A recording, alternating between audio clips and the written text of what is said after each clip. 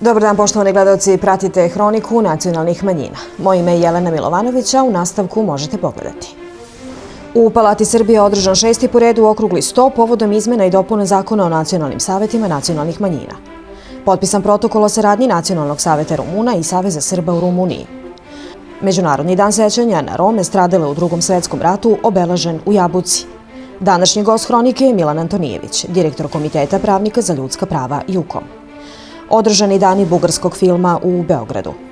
Umetnička kolonija u Subotici okupila slikare iz okruženja. Održana tradicionalna izložba božićnih kolača uz prateći kulturno-umetnički program. Ministarstvo državne uprave i lokalne samouprave uz podršku misije OEBS-a u Republici Srbiji održalo je 18. decembra 6. okrugli sto u okviru postupka javnih konsultacija o radnom tekstu nacrta zakona o izmenama i dopunama zakona o nacionalnim savetima nacionalnih manjina sa učešćem predstavnika relevantnih državnih institucija, nacionalnih saveta nacionalnih manjina, civilnog sektora, stručne javnosti i međunarodne zajednice.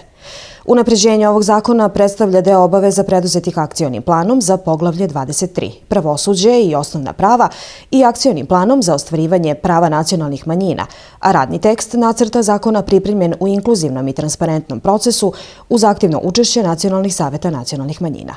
Od 29. novembra do 18. decembra u okviru javnih konsultacija održano je 6 radnih stolova u Novom Sadu, Novom Pazaru, Bujanovcu, Petrovcu na Mlavi, Subotici i Beogradu. Donošenje ovog zakona očekuje se krajem prvog kvartala 2018. godine. Predsednik Nacionalnog saveta Rumuna u Srbiji Danijel Petrović i predsednik Saveza Srba iz Rumunije Ognjen Krstić potpisali su protokol o saradnji. Potpisivanju protokola prisustvovali su i drugi predstavnici rumunskih institucija. Prisutni su bili državni sekretar u Ministarstvu državne uprave i lokalne samouprave Ivan Bošnjak, drugi sekretar ambasade Rumunije u Beogradu Aleksandar Petrut i konzul Rumunije u Vršcu Georg Dinu. Protokol je potpisan na dan kada je pre 15 godina osnovan Nacionalni savet Rumuna u Srbiji. Retka je prilika da imamo ovako dobar primjer saradnje između jednog nacionalnog saveta iz Srbije, Rumunskog nacionalnog saveta i Saveza Srba u susednoj Rumuniji. Naime, protokol koji je večeras potpisan govori o tome koliko su naši i rumunski predstavnici nacionalnih manjina usmereni jedni na druge, na zajedničko negovanje kako tradicije i kulture, tako i suživota u ovim podnebljima i mi kao Vlada Republike Srbije i kao Ministarstvo za državnu upravu i lokalnu samoupravu podržavamo ovakve inicijative. Naime, sve ono što je do sada pokazao Nacionalni savet rumunske nacionalne manjine u Srbiji, negujući kako kulturu, tradiciju, literarno i umetničko bogatstvo njihovih predstavnika ovde u Republici Srbiji može biti svima drugima za primer. Očekujemo naravno da u evropskim integracijama na ovaj način postupe slično i drugi nacionalni saveti, a mi ćemo biti podrška da kroz iskustvo Rumunskog nacionalnog saveta ukažemo na primere najbolje prakse. Moto koji će se ovim protokolom promovisati u narednom periodu glasi Zajedno u Evropi. Danijel Petrović, predsednik Nacionalnog saveta Rumuna, istakao je značaj protokola na polju unapređenja saradnje i zajedničkih projekata od obostranog interesa. Razmenjeni su i pokloni, tako da su gosti iz Rumunije dobili srpsko-rumunski rečnik koji je izdao Zavod za kulturu Rumuna Vojvodine i knjige iz izdavačke kuće Libertatea. 16. decembra 1942. godine komandant zloglasnih SS jedinica Heinrich Himmler izdao je naredbu za sistematsko upućivanje Roma u koncentracione logore. Taj dan je kasnije određen za Međunarodni dan sećanja na Rome stradale u Drugom svetskom ratu. Na ceremoniji koja je održana na spomen obeležju stratište, Saša Pavlov, gradonačelnik Pančeva, istakao je da je na ovom mestu izvršen najveći genocid u Drugom svetskom ratu. Pavlov je istakao da ovakvi zločini treba da nas nauče najvažnijoj lekciji da ne zaboravimo nevine žrtve. Iako je vreme prošlo i prolazi, ne smemo nikad zaboraviti stravične zločine i genocid koji je okupator ovde učinio. Fašizam je ostavio velikog traga i neizbrisiv trag na čovečanstvo. Zato mi imamo obavezu da se sećamo i da ne dozvolimo da se ovakva nedela više ponavljaju. Ne smemo zbog toga tolerisati bilo koju rasnu, versku ili bilo koju drugu vrstu netrpeljivosti i diskriminacije i moramo odlučno reagovati na svaki vid nasilja. Moramo se boriti protiv nepravde, nečovečnosti, ugnjetavanja i ugrožavanja drugih. U Jabuci kod Pančeva život je izgubilo oko 10.000 Srba, Jevreja i Roma sa prostora čitave Jugoslavije. Jelena Jovanović, zamjenica predsjednika Nacionalnog saveta romske nacionalne manjine, istakla je da bol ne poznaje boju kože i da se ljudi ne smeju deliti ni po veri ni po nacionalnosti.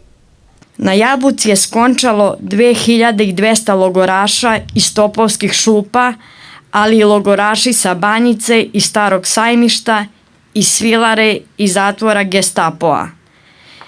Gledajući kroz procep na spomeniku gledamo u sećanje Tamiša, koji pamti tragediju Srba, Roma i Jevreja. Ne sme da se pamti samo Tamiš, već sve generacije kroz čije sećanje nastavlja da žive naši tragično stradali sunarodnici.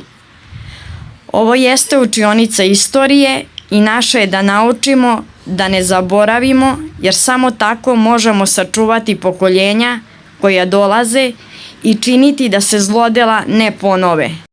U Drugom svetskom ratu je prema podacima stradalo 90% Roma koji su živjeli u Kraljevini Jugoslaviji. Danas je naš gost Milan Antonijević, direktor Komiteta pravnika za ljudska prava JUKOM. Gospodine Antonijeviću, dobar dan i dobrodošli u Hroniku. Dobar dan, hvala. Organizacija na čijem ste čelu ovih dana proslavila je 20 godina postojanja u jednom prilično turbulentnom periodu. Kako ocenjujete stanje manjinskih prava u Republici Srbiji u ovom trenutku i koji su najznačajniji pomaci u ovoj oblasti? Kada posmatrate, ajde kroz istoriju organizacije koju u ovom trenutku vodim, u poslednjih 20 godina zaista jeste bilo većih pomaka. Govorimo o tome da su pre 20 godina ljudska prava i naročito manjinska prava bila sistemski kršena. Zaista na teritoriji naše zemlje se dešavalo sve ono što zaista ne bi trebalo da se dešava u jednoj demokratskoj uređenoj zemlji. Sada su ta pitanja drugačije rešena, mi govorimo o nijansama unutar svakog od zakona. Ono što nam predstoji, to je pitanje same decentralizacije kao takve i uređenja određenih zakona koji su doneli pojedine pomake, ali su ipak ostavili dosta prostora za politiku koja nekako više zauzima prostor manjinskih prava i ne dozvoljava zaista izvorno manjinama da ostvare direktno svoja prava koja su im garantovana. Kada pogledate taj zakonodavni okvir, on je usklađen sa najvišim standardima, čekamo određene izmene zakona koje će, ono što se u praksi pokazalo kao zaista problematično, izmeniti. Savet Evrope je tu kao neko ko nam daje dovoljno saveta, posmatra sve ono što se dešava, manje slučajeva na koje morate reagovati, međutim još uvek ima nasilja, još uvek ima onoga što je nedavno uređeno kao zločin iz mržnje. Vidite i sami da se ponekad i neke pekare zapale manjinskim zajednicama. Prevelika je ta etnička distanca u odnosu na različite manjinske zajednice, naročito kada govorimo o albanskoj, mnogo manje za neke druge, ali ipak postoji u svakoj od manjina koje su zastupljene u našoj zemlji. Kada govorimo o zakonu, donošenje izmena i dopuna dva krovna zakona manjinske politike, zakona o pravima i slobodama nacionalnih manjina, kao i zakona o nacionalnim savetima nacionalnih manjina, iako najavljeno za kraj ove godine, odloženo je za 2018. godinu. Izmene i dopune zakona o nacionalnim savetima još uvek su u radnoj verziji, upravo su okončane javne konsultacije i tim povodom. Pa kako ocenjujete radni tekst izmene i dopune zakona o nacionalnim savetima?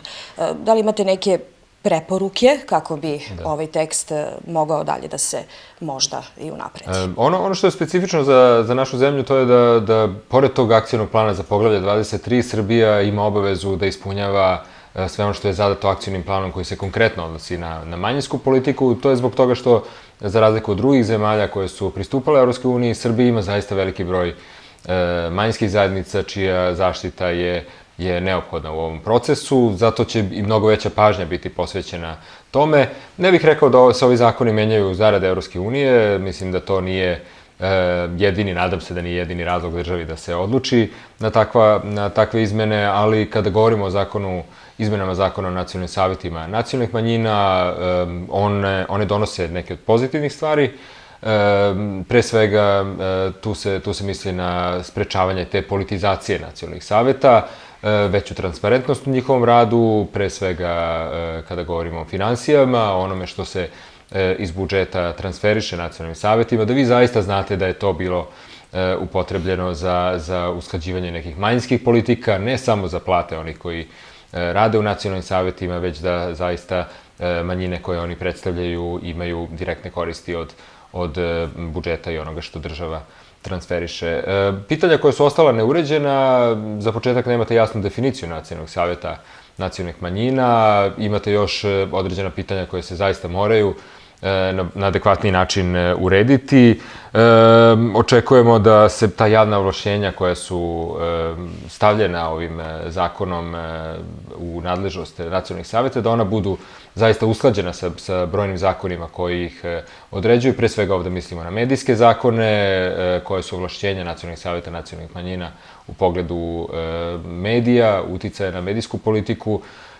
Ovde imamo takođe i smanjenje određenog broja prava nacionalnih manjina, takođe u ovoj medijskoj oblasti. Ako govorite o uticaju na medijsku politiku, znači ili imenovanja određenih ljudi koji će uređivati politiku manjinskih medija ili uopšte uticaj na sam program medija, to se sužava u odnosu na ranije zakone, tako da verujem da je to nešto što će biti i kasnije zamerano tokom javne rasprave. Mi smo pre nekoliko dana imali u Beogradu okupljanje sa piscima zakona, takođe i sa Ministarstvom za državnu upravu i lokalnu samoupravu.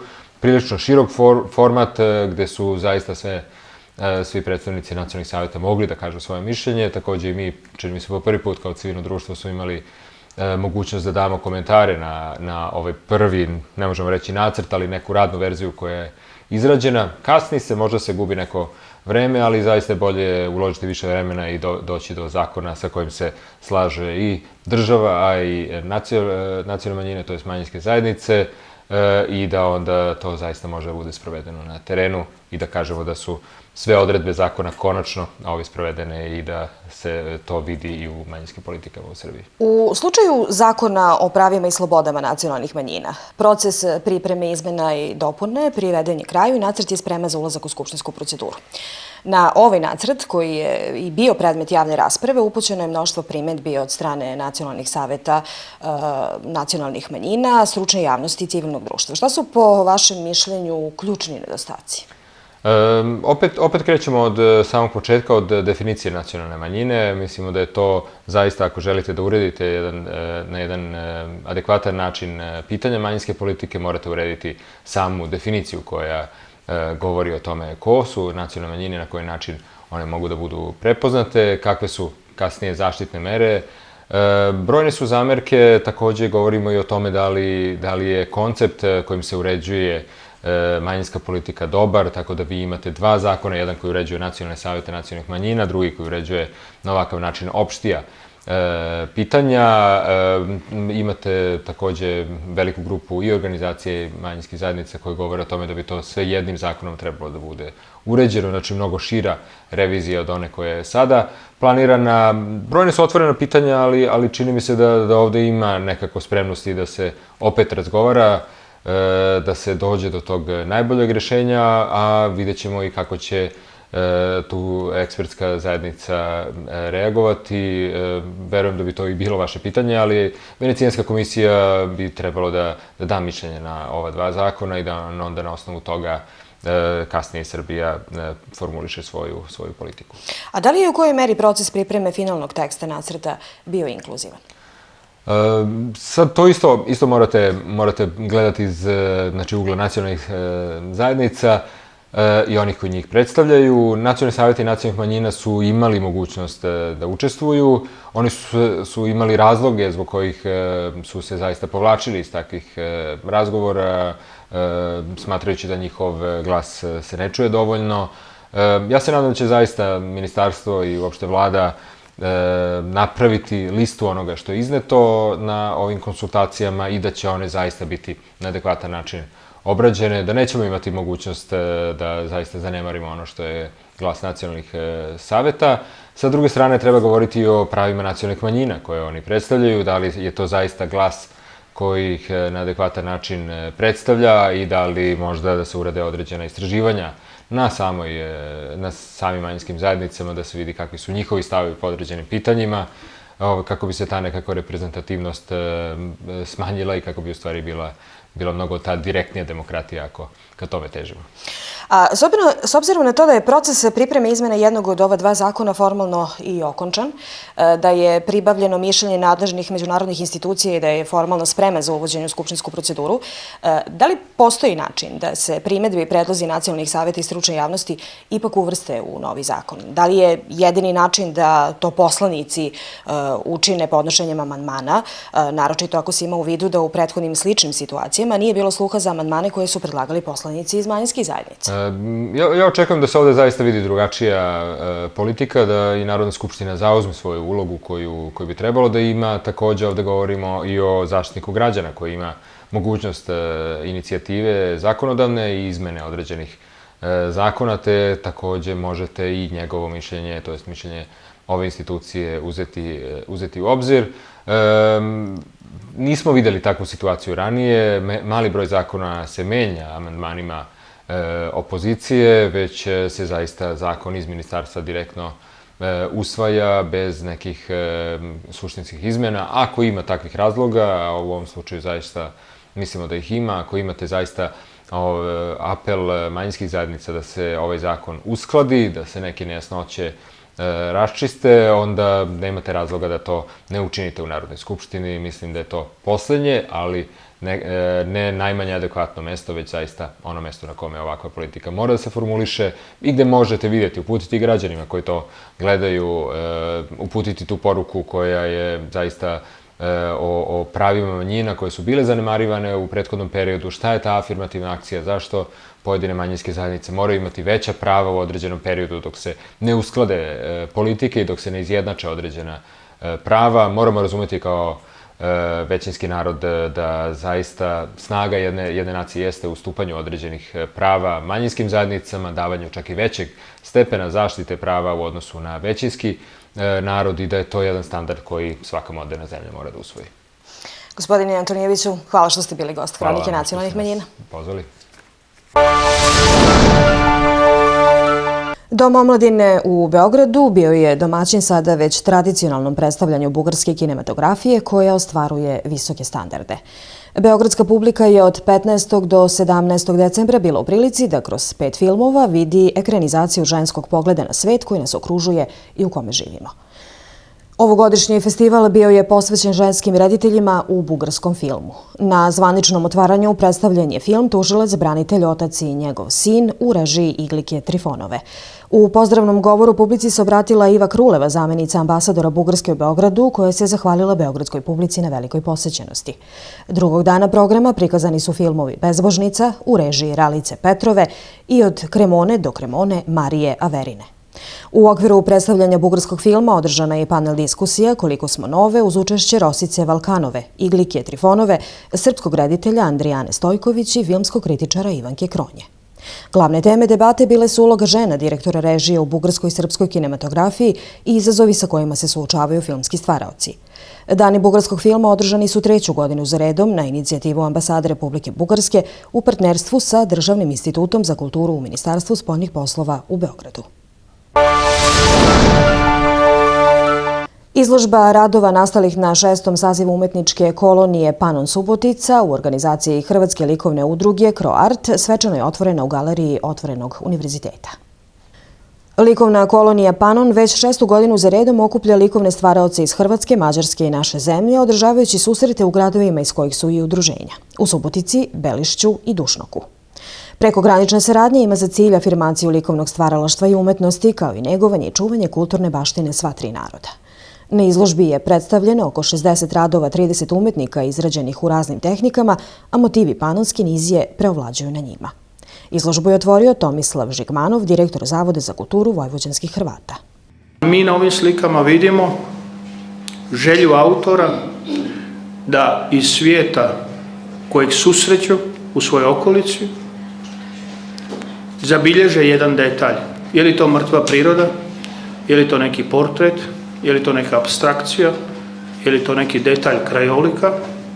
U svakom slučaju izdvajaju jedan moment od onoga što gledaju, uokviruju svojim izražajnim tehnikama kroz boje, na platnu i na taj način nas upozoravaju da je svijet oko nas daleko ljepši i daleko vrijedniji od onoga što mi, opterećeni različitim efemerijama u životu, danas smo svjesni prihvatiti. Skupu se obratio i Velimir Pleša, generalni konzul Republike Hrvatske u Srbiji sa sedištem u Subotici. Evo ga, i ovaj večerašnji događaj u svakom slučaju dokaz je toga, jer sasvim je izvjesno da u ovo predadventsko, odnosno adventsko, a predbožićno doba, toplina mjeseca lipnja se kroz ove topline, ovih slika, prenosi na sve nas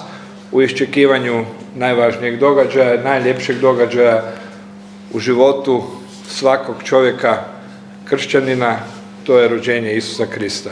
Program otvaranja izložbe svojim nastupom uveličili su Luka Ješić i Augustin Žigmanov, kao i vokalni sastav pod rukovodstvom profesorke Mine Tikvicki. Izložba je otvorena do 4. januara. U holu Gradske kuće u Subotici održana je 21. po redu izložba Božićnjak. Tradicionalna izložba održava se od 1997. godine uoči najradosnijeg hrišćanskog praznika Božića. Nastanak Božićnjaka, ukrasnog kolača, kod katolika vezuje se za nekadašnju nemogućnost odlaska dece i starijih u crkvu za Božić. Na ovogodišnjoj izložbi predstavljeni su božićni kolači koje su napravile vredne domaćice iz Subotice, Male Bosne, Tavankuta, Žednika i Đurđina. A svoj doprinos su dale i mlađe generacije, pa su posetioci imali priliku da vide i ukrase od testa koji su nastali na radionicama u subotičkim vrtićima. Izložbu je otvorio fra Zdenko Gruber, gvardijan Franjevačkog samostana u Subotici, ovogodišnji dobitnik jedne od nagrada društva Ivan Antunović, s rečima da važna poruka koju božićnjaci i Božić šalju jeste da Bog želi da okupi porodicu u zajedništvu. Na kraju programa ženska pevačka grupa Hrvatskog kulturno-prosvetnog društva Matija Gubec iz Tavankuta izvela je tradicionalne božićne pesme. Uz izložene božićnjake priređene su i 2 prodajne izložbe likovnog odeljenja Hrvatskog kulturnog centra Bunjevačko kolo i likovno-slamarskog odeljenja kulturnog društva Matija Gubec.